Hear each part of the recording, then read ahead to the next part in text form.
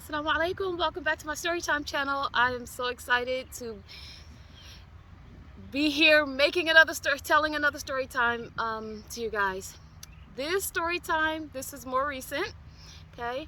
I volunteered to stay overnight with the youth for a youth program, usually for teenagers who either they don't want to come home at night or just whatever, a lot of different situations. So there are youth programs that are out for teenagers who are like going through something. They may be going through nothing at all, they just don't want to be home. And you guys know how that goes. Like a lot of Muslims and Christians provide these kind of services just for teenagers who they don't feel like being home. So what happens is they'll stay like Friday through Sunday at the building doing all kinds of games and activities. It's under adult supervision, but it's not close adult supervision. It's not close at all. We don't like monitor the board games and things like that. We do monitor the bonfire, like, because we make sure that we put it out after they walk away from it, after they're, done making just all the activities that they do. Anyways, I decided to volunteer one weekend. I was asked, and I agreed to volunteer one weekend where you have to stay up the entire night because these teenagers, they're staying up the entire night. Just in case for anything.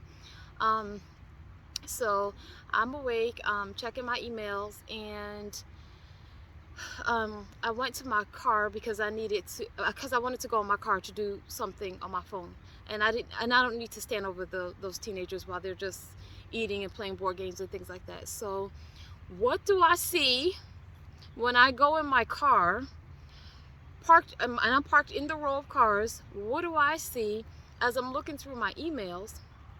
A grown man in his 40s walk around the tent. There are tents. There are so many teenagers that they actually set up tents outside of the community center. So the teenagers, when they want to go outside, they could go. Just whatever, tents are set up. This man, he's a volunteer, you guys, and background checks are run on everybody, but sometimes background checks do not mean anything.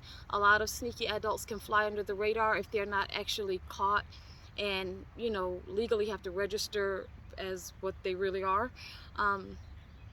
This man goes around the tent, around the back side of the tent, around the back side of the tent. Nobody goes around the back side of the tent. The entire front of the tent is open, but the three walls of the tent they're down.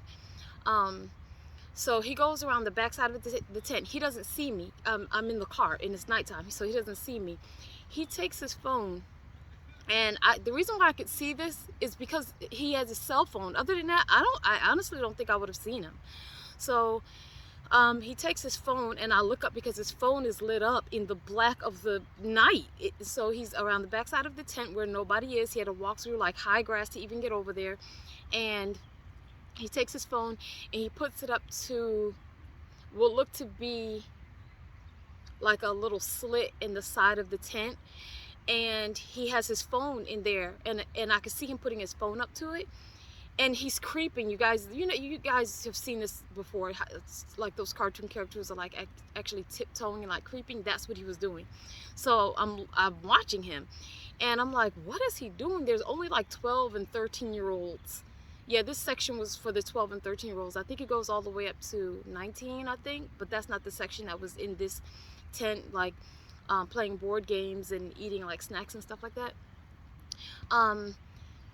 He went around the back. He has his phone up to the tent, and I guess that wasn't like good enough footage for him, so he comes to the side of the tent. You guys know where there are like those little eyes. It was not an eye. It's like they're holes.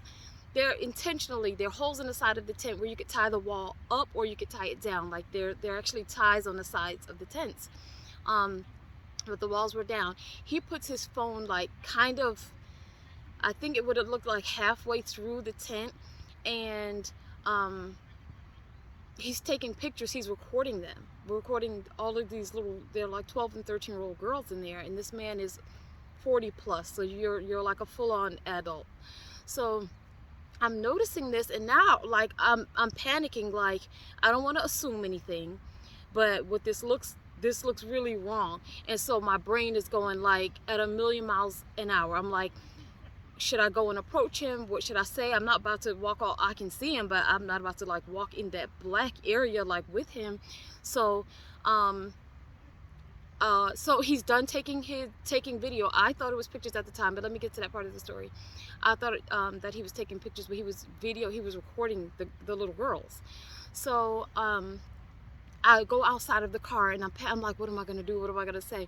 But you know what? At the time when I was in the car, I didn't even think to record him, because I was staring at him and everything's going through my brain. Like, I don't want to assume and then start accusing him, and then like, I don't want to be doing too much. But then if he is wrong, then I don't have him, recorded.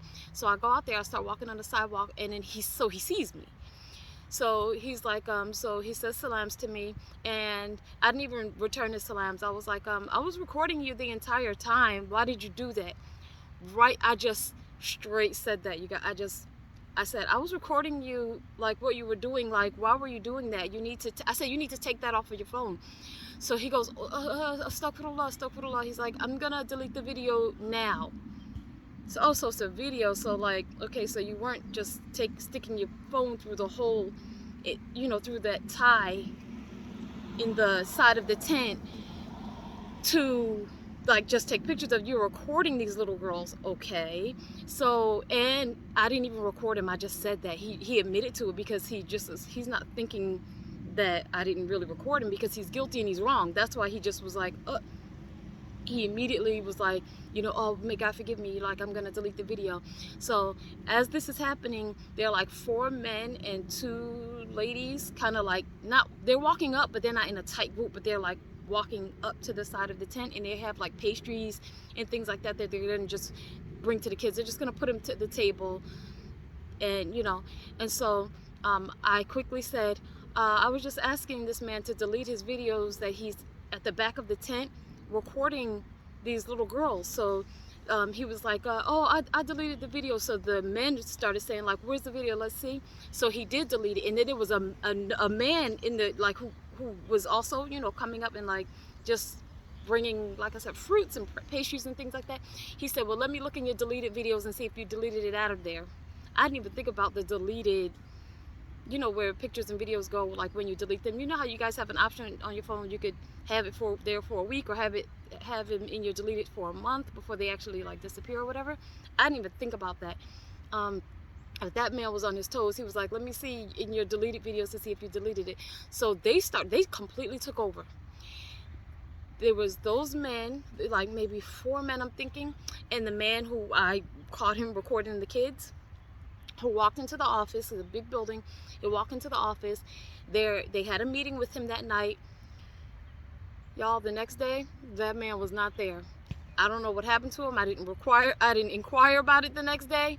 But I feel like I did the right thing, because I'd want someone to find out, who's recording my kids. Because with these, you guys, with these kind of programs, you can volunteer and they run a background check. But like I said, if you're flying under the radar and you're a sneaky person and you've never legally gotten caught for anything, you've never had to register yourself for like what you really are, like, you can fly under the radar like that, and you can work around children, even in schools. That's why, I don't care. In schools, nothing might not be on record, but everybody is not 100%. That's why no matter how old your kid gets, you still ask them every single thing. You still ask them. Doesn't matter. A teacher can mistreat a child as well. It doesn't matter that they're a teacher. A lot of times teachers do mistreat kids anyway, whether it comes in the form of neglect, or just being overlooked, or choosing that kid last for whatever reason, just whatever it is. Anyways, I wanted to tell you guys that story time, and I have a couple other like fun story times. One story time that's not so fun, having to deal with crystals, but should I tell that one next? No, I'll tell a different story time next. But yeah, I don't know what happened to him, but those men got rid of him. And yeah, I completely pretended like I recorded him. And because he was wrong, he went along with it. He was like, oh, like, astaghfirullah, I'm gonna delete it now. And he just went along with it because he was guilty and he was wrong. He knows that he shouldn't have been doing that. Anybody who wants to take pictures of these youth and children, they don't sneak around the backside of the tent and stick their phone through the hole of where the ties are. They're like little slits right there where you could tie the wall up or down. That's what he was doing. So I was like, I probably should have recorded him, but I wasn't thinking fast like that. When I walked out and I was on a like the sidewalk near there, that's when I thought to tell him like, oh, you know, I recorded you, and then he just, because he was so wrong, he just admitted it. Pretty, anyways, that was a story time. Click on the next videos. I have like 2 or 3 other story times that I want to tell you guys.